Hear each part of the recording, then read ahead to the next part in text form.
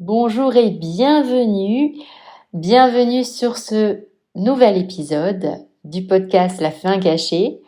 Aujourd'hui, nous allons ensemble explorer une blessure puissante, celle du rejet. Alors je te cache pas, c'est une blessure que je connais bien euh, parce qu'elle a été une de ces blessures qui m'ont influencé dans mes comportements alimentaires. Et justement aujourd'hui, à travers cet épisode, j'ai envie que toi aussi, tu essayes de découvrir si réellement la blessure de rejet fait partie de ces blessures qui impactent et qui vont t'influencer et qui provoquent aussi tes crises alimentaires. Alors, je te l'avais dit précédemment que on allait explorer blessure par blessure. Tu sais qu'il y a 5 blessures d'âme. Je te les redis. Rejet, abandon, humiliation, trahison, injustice. Donc, on va les voir chaque semaine, les unes après les autres, beaucoup plus en profondeur, pour déjà que tu comprennes qui elles sont vraiment, qu'est-ce qu'elles signifient ces blessures. Des blessures, je te rappelle, qui viennent de très loin. Et surtout, pour que toi, tu puisses détecter quelle est celle, alors celle au singulier, mais peut-être aussi celle au pluriel, parce qu'on peut en avoir plusieurs, qui influence justement, qui t'influence dans ton comportement en lien avec la nourriture. Okay, parce que de savoir ça, c'est extrêmement important. Ça permet déjà de comprendre l'origine de ta problématique et d'y voir plus clair et donc de mettre en place les meilleures actions qui soient pour toi pour justement aller sur ce chemin de libération. Et tu sais que moi, ce podcast, je l'ai fait pour justement t'aider à écouter le message derrière tes envies alimentaires. Pour vraiment que tu transformes ta relation avec la nourriture en un schéma, je dirais, de guérison et d'amour de toi. Ok ? Alors, comme toujours, je t'invite à prendre ton carnet, ton stylo, parce que tu sais, on va travailler et je vais te demander justement pour découvrir si cette blessure de rejet a une relation, a un lien étroit avec tes crises alimentaires, de te poser des questions, de faire un petit travail. Alors, je ne te conseille pas de le faire en même temps que tu écoutes le podcast, ou alors tu le mets en pause et c'est parce que tu te trouves dans un endroit agréable où tu ne seras pas dérangé. Mais si ce n'est pas le cas, dans ces cas-là, refais-le plus tard. Prends le temps de te poser et de faire ce travail parce que c'est extrêmement important. Moi, c'est le jour où j'ai compris quelle blessure était reliée à mes crises alimentaires que ça m'a fait un déclic et que j'ai dit « Ah mais oui, je comprends, voilà pourquoi ». Et c'est ce que j'ai envie que ça se fasse pour toi aussi. Ok ? Alors, je vais t'expliquer dans un premier temps qu'est-ce qu'une blessure de rejet. Je dirais que c'est l'une des plus douloureuses car elle touche directement à l'essence de l'être. Elle touche au droit d'exister, d'être aimé tel que l'on est. Et la personne qui en souffre a souvent intériorisé très tôt l'idée qu'elle n'était pas assez ou de trop. Et ce sentiment profond d'invisibilité crée un vide intérieur immense. Et dans les TCA, ce vide se manifeste par un rapport conflictuel à la nourriture. Et je dirais que manger devient une tentative désespérée de se remplir d'amour, d'attention, de présence. À l'inverse, certaines cherchent à se restreindre ou à disparaître à travers leur alimentation, comme pour confirmer inconsciemment cette impression de ne pas avoir le droit d'occuper une place. Et là, la nourriture devient alors à la fois refuge et punition. Un langage à travers lequel la blessure de rejet s'exprime vraiment silencieusement. Et comprendre ce lien c'est déjà commencer à se réconcilier avec soi-même et à offrir à son corps l'amour qu'il a toujours attendu. Alors, je te l'avais déjà dit dans l'épisode précédent, la blessure d'âme, et plus exactement la blessure de rejet, ne naît pas seulement de cette vie. Elle est une mémoire profonde de l'âme, inscrite dans ses nombreuses incarnations. Il faut bien que tu comprennes que chaque être vient sur Terre avec des expériences passées, des empreintes énergétiques qui colorent sa perception actuelle. L'âme qui porte la blessure de rejet a souvent connu des vies où elle s'est sentie exclue, mise à l'écart, effacée, parfois même condamnée à disparaître.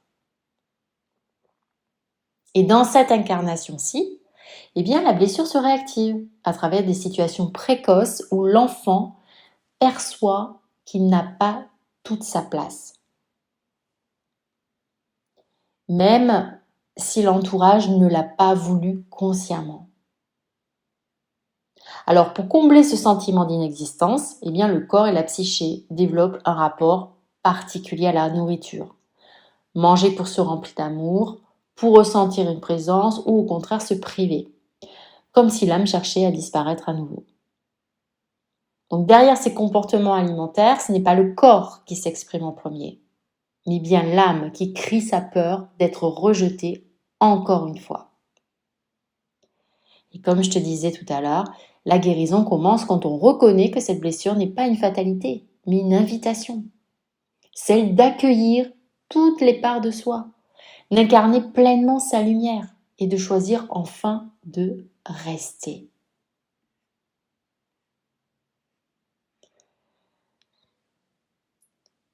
Je vais te donner un exemple d'une de mes clientes. Imagine une âme qui, dans une de ses vies passées, naît dans un village où la différence n'était pas à tolérer. Et du coup, dès son enfance, elle porte en elle une sensibilité, une vision du monde, une énergie particulière qui la distingue des autres. Mais au lieu d'être accueillie, cette singularité va effrayer. Du coup, qu'est-ce qui se passe ? On la met à l'écart, on la considère comme étrange, voire indésirable. Conséquence, elle grandit dans la solitude, avec la certitude qu'elle n'a pas sa place parmi les siens. Et chaque regard qui la juge, chaque mot qui l'exclut, imprime profondément en elle la croyance « je ne mérite pas d'exister ». Et à la fin de cette vie, l'âme emporte avec elle ce souvenir douloureux. Et dans son chemin d'évolution, elle choisit de revenir dans une autre incarnation, espérant guérir et transcender ce rejet. Mais voilà, une fois qu'elle s'incarne, dès son enfance actuelle, il y a des situations qui viennent réactiver cette mémoire. Exprès. Ça peut être par exemple un parent absent, une naissance non désirée, des moqueries à l'école. Et de ce fait-là, le corps émotionnel reconnaît ces vibrations et les ravive. La blessure de rejet est à nouveau ouverte. Alors, pour compenser ce vide d'amour et de reconnaissance, cette âme va parfois se tourner vers la nourriture. Manger pour remplir ce manque, pour apaiser cette solitude, pour sentir une présence à l'intérieur d'elle-même. Et la faim, je dirais, n'est pas seulement physique, elle est surtout spirituelle. C'est la faim d'amour, de reconnaissance, de droit d'exister pleinement. Voilà pourquoi on dit que la blessure de rejet, c'est l'impression de ne pas exister. Et la blessure de rejet, elle naît souvent très tôt, parfois dès la naissance. Pourquoi ? Parce qu'elle fait ressentir « je ne suis pas désirée, je ne mérite pas ma place, je suis de trop ». Avec ce sentiment, la nourriture devient un moyen de remplir ce vide intérieur. Je dirais qu'elle donne comme une sorte d'illusion d'existence, une présence quand on croit manquer de valeur. Et moi, c'est ce qui m'est arrivé, voilà, à partir de l'âge de 5 ans, où tout a commencé et où cette blessure-là s'est réveillée. Et ensuite, s'est transformée bien plus tard en anorexie.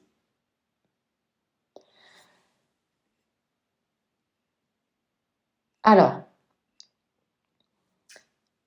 il faut savoir que derrière le rejet, il y a une faim plus profonde que la faim physique. La faim d'être vu, d'être reconnu et d'être accepté.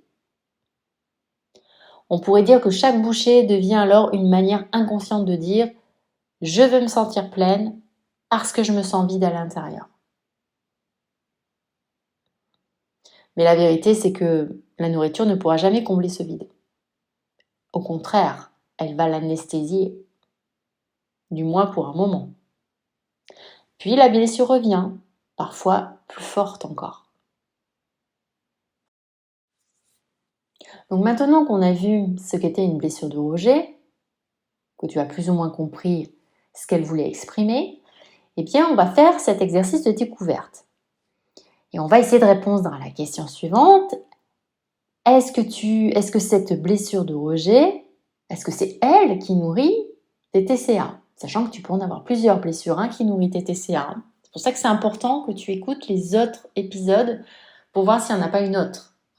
C'est pas parce que la blessure de rejet, la réponse aurait oui, que tu n'aurais peut-être pas avec la blessure de trahison. C'est possible. Il peut y avoir plusieurs blessures. Donc, ce que je te propose, c'est prends ton carnet, prends ton stylo, et puis je te propose véritablement de faire ce travail à un moment où vraiment tu auras un moment pour toi. Déjà, il faut que tu en aies envie.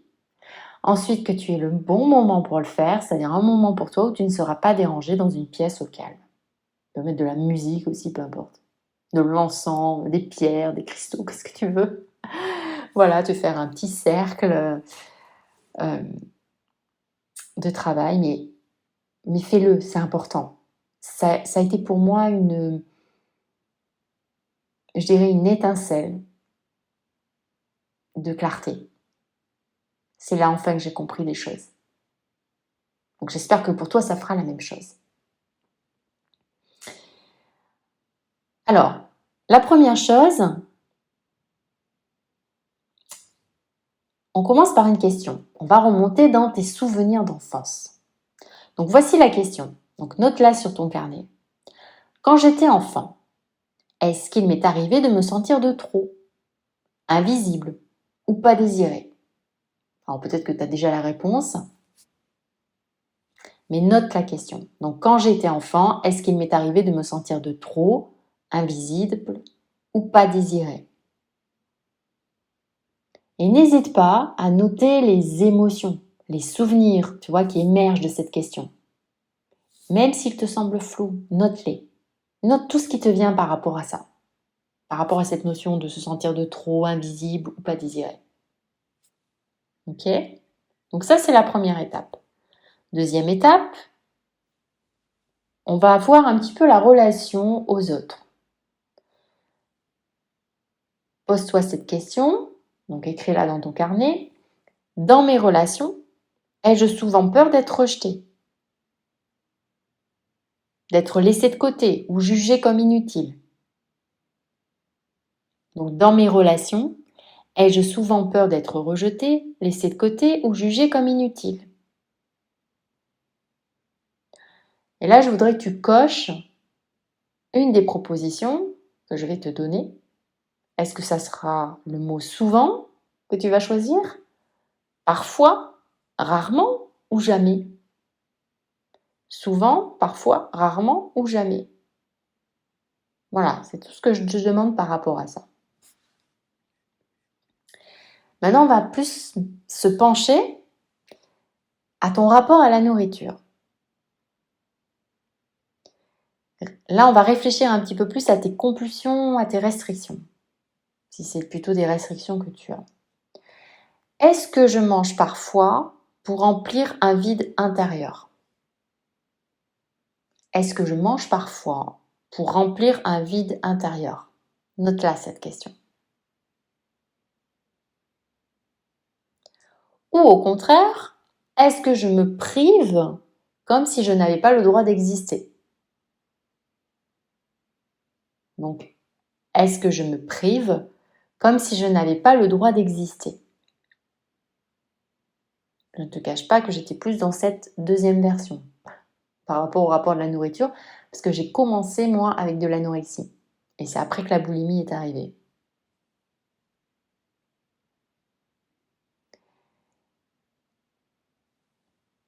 Quatrième étape, on va maintenant travailler sur la voix intérieure.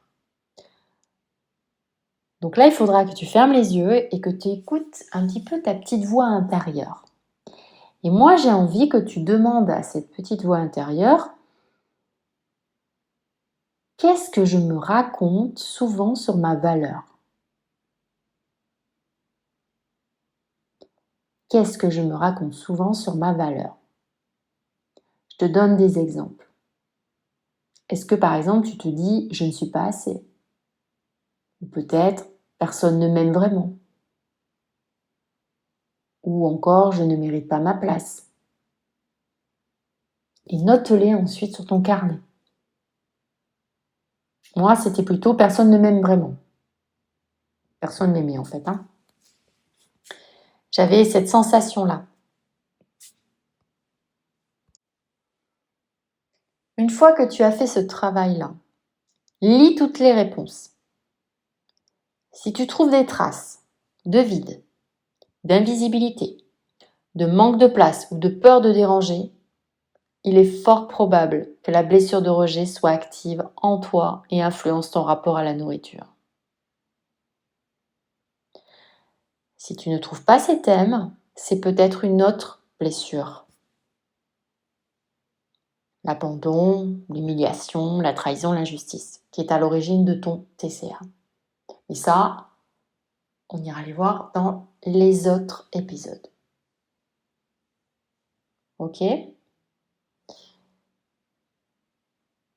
Je veux que tu te souviennes que découvrir cette blessure n'est pas un verdict, mais c'est une clé de conscience.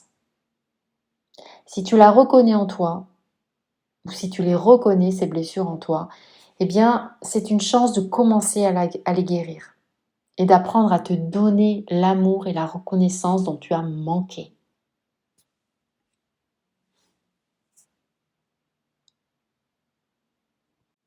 Donc, le défi de la semaine, eh bien, ça va être justement de faire ce travail-là. Je t'invite vraiment à le faire. Et on fera également un travail pour chacune de ces blessures, pour vraiment que tu comprennes d'où elles viennent, d'où viennent ces crises, ces compulsions alimentaires, ou même ces envies de ne pas manger, mais ça vient d'où?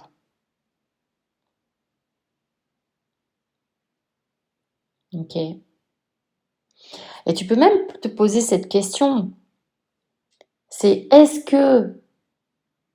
euh, est-ce vraiment de nourriture dont j'ai faim, ou est-ce que c'est d'amour, de reconnaissance, de présence? Et tu sais, petit à petit, tu vas apprendre à distinguer la faim du corps de la faim du cœur. Est-ce que j'ai soif, faim de nourriture? Est-ce que c'est vraiment mon corps qui a faim de nourriture ou est-ce que c'est plutôt mon cœur? Voilà ce que je voulais te partager avec toi aujourd'hui. Rejet, qui signifie combler un vide avec la nourriture. Souviens-toi que derrière la blessure de rejet se cache un immense besoin d'amour. Et cet amour, tu peux commencer à te le donner toi-même dès aujourd'hui parce que c'est une des clés hyper importantes de ta guérison. Donc si cet épisode t'a aidé, eh bien n'hésite pas à t'abonner à la chaîne, surtout pour ne rien manquer, et surtout les précédents et les futurs. Et n'hésite pas en commentaire de me dire si oui ou non la blessure de rejet fait partie de ce lien étroit avec tes crises alimentaires. Je serais vraiment heureuse de te lire. Et puis dans le prochain épisode, eh bien, nous continuerons ce voyage, comme je te l'ai dit, avec une autre blessure de l'âme et son lien avec tes envies alimentaires. Donc, merci pour ta présence, merci pour ta confiance. Et je voulais juste te dire au fait que